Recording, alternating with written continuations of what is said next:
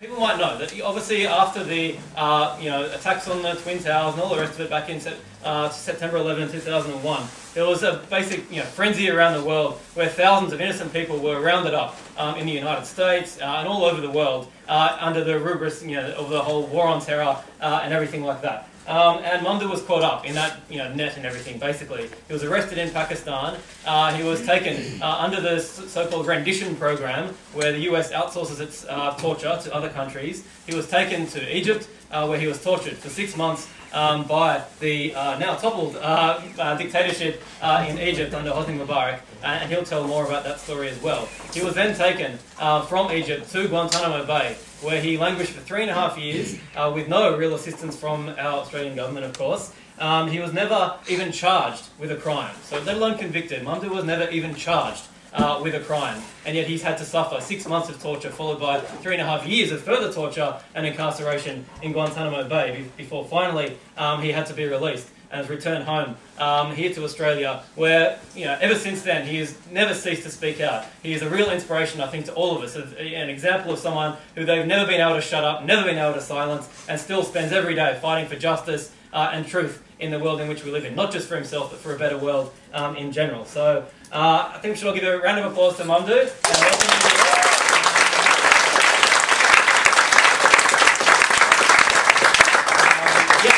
I'll invite Mamdouh and Simone to come up and begin the interview. After they've completed that, Lean's going to speak briefly afterwards, just a bit more about the role of the Australian state and everything like that. So take it away, Simone. Well, you can tell things are special, Mamdouh, because I've never seen these chairs ever before. I've never seen these posh red velvet chairs.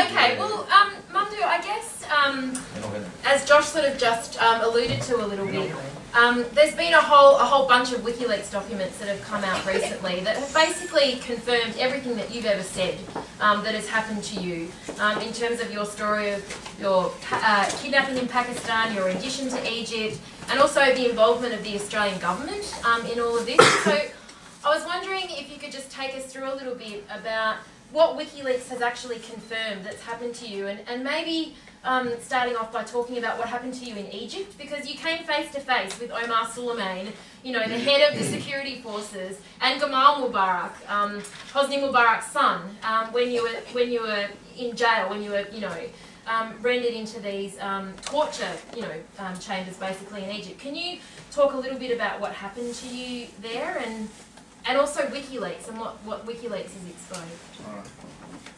All right.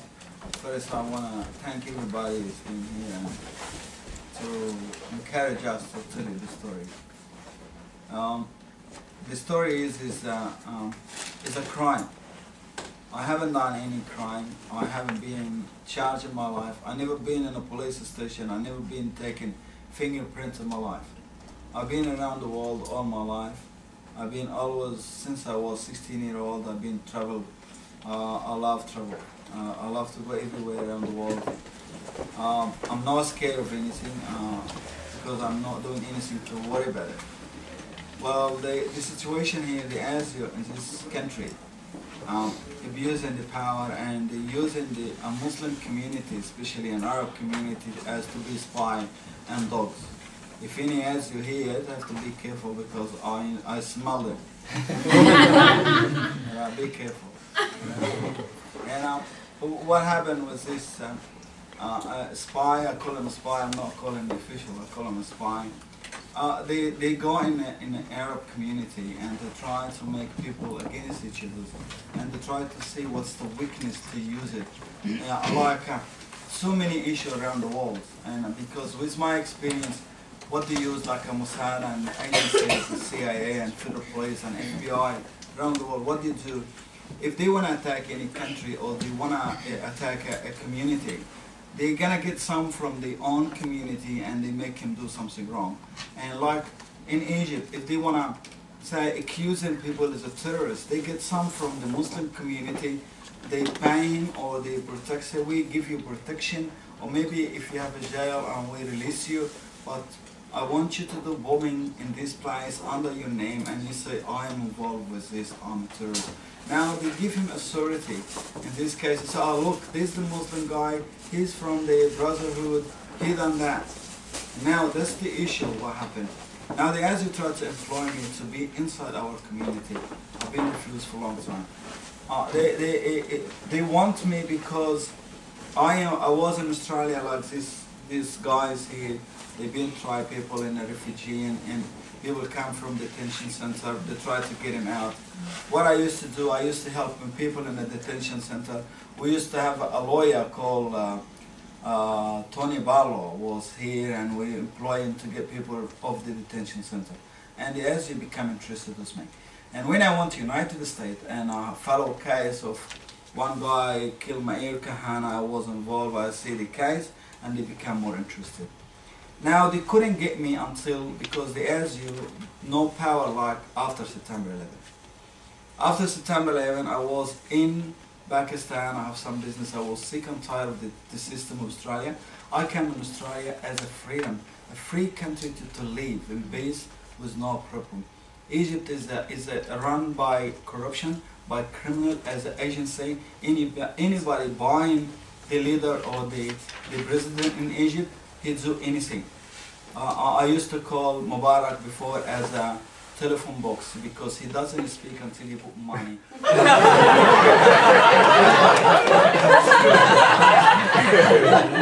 Is it true? It's not a joke. I'm not joking. Well, this guy, the end of the story, I think now the box is finished, full up, and they take it in a bank. He's gone.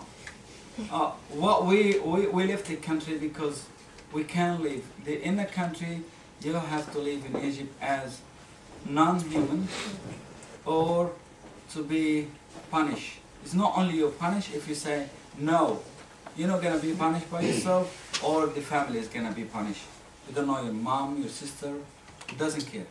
Now every country in the world using Egypt as agency, as a place for torture or kidnapping people or harming people in this country.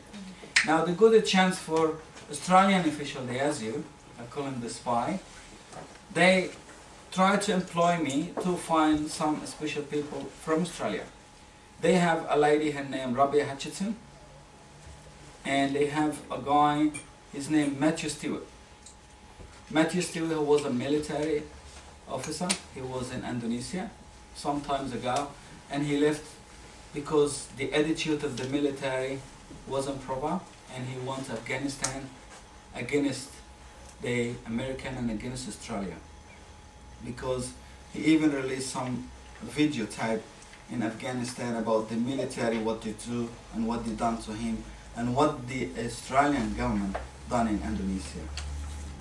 This guy, he mentioned a lot of issues, and as he was interested to send me to find about Matthew Stewart, Rabia Hutchinson, Jack Thomas, and David Hicks. Now, I refused, but they put pressure on me. I was in Emirates, I left, they follow me again because as you have power overseas more than they have here in Australia. And that's guaranteed. They say we don't have power to see Habib in Pakistan, they lie 100%. They run at Pakistan. They run Pakistan. They run Emirates. Then when I was there, they came in to try to employ me, I refused. And somehow, you should read my book, there's a story there, you should read it, I'm carrying it. Alright. Now, I left, then they got me. I couldn't go away. They not arrest me, I haven't been arrested, I never been arrested. I've been kidnapped.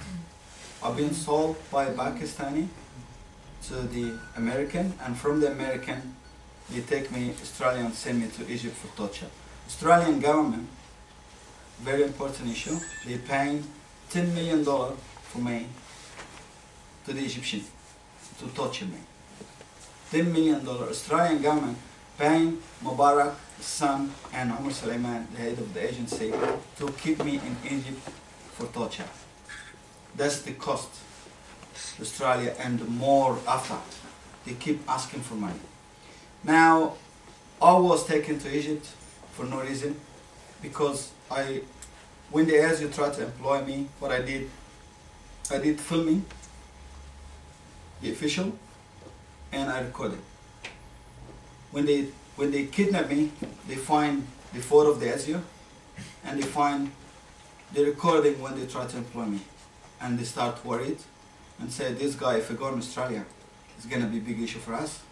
They send me to Egypt, and they done what they done to me for 6 months. They tried to make me admit something. I haven't done it.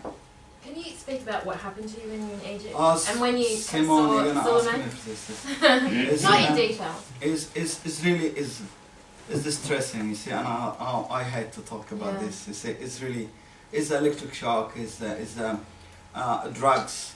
I never see the sun anyway. You see, it's issue there, you see, and I really hate to talk about it because I've been talking about it for 6 years and it really distressed me out.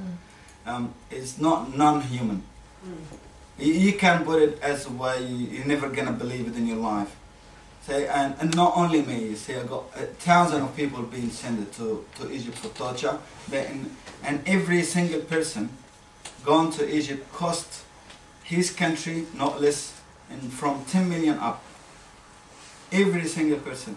It's not only me. I have another guy. Now he's going with us in Egypt when we go next month. Hopefully, inshallah, we're going to summon these people. And this guy, he been kidnapped from Indonesia. We got people being kidnapped from Switzerland. People kidnapped from Libya. People kidnapped from a lot of different countries. I saw him in Egypt. They have another Australian guy. I saw him. His name Mohammed Abbas. His wife looking for him for years. Before even September 11, I saw him there. See, now Australian government paying a lot of money to keep because it's a real torture. When you talk about torture, I think we have 2 Egyptian people here. They know what I'm talking about. And if you want someone to explain to you what the torture is, I ask you to check up in Four Corner 2007, and they show you some real photo. Not only inside where I was, there's a normal police station. And you can see what the Egyptian criminal government used to do. What happened to me is too much, and I really. But I tell you, what's the issue? But you came face to face. Yeah, the issue is when they take me to Egypt, I wasn't believe. I was thinking I wasn't drugs, because they give me a lot of drugs. When they take me they rendered me from Pakistan to Egypt was drugs in the flight because long time, and I was a fighter. I did fight. I was have a handcuff and shackles and being tied like a spring roll, but I was fighting. But to keep me holding in drugs, they give me drugs. When I went to Egypt, they start giving me more drugs. They think I'm gonna talk, but the drugs make me stronger because I don't feel the torture. And they help me from one side, they help me the other side. Now, that's what I did take it. When I meet with people, first one he meet with me, his name Omar Suleiman, the head of the agency in Egypt, and he is a CIA official, and he's a Mossad agency. He's the best person helping Israel, I said, and helping America, and he is the head of all European countries for good help. He's Omar Suleiman. Omar Suleiman, he's in this business for a long time, but his issue is no one see him face to face, and no one suing him because never seen him, because he always behind the blindfolded. Because when he talk with people, people blindfolded. But what happened with me, he's unlucky, and I'm sure he's the worst. The nightmare for him is me. He did. It's true. It's true. Omar Suleiman, I am his nightmare. Because what happened to him? He asked me, Australian government, they believe I'm gonna be confessed in 24 hours or 48 hours in Egypt. They think I'm gonna give up straight away.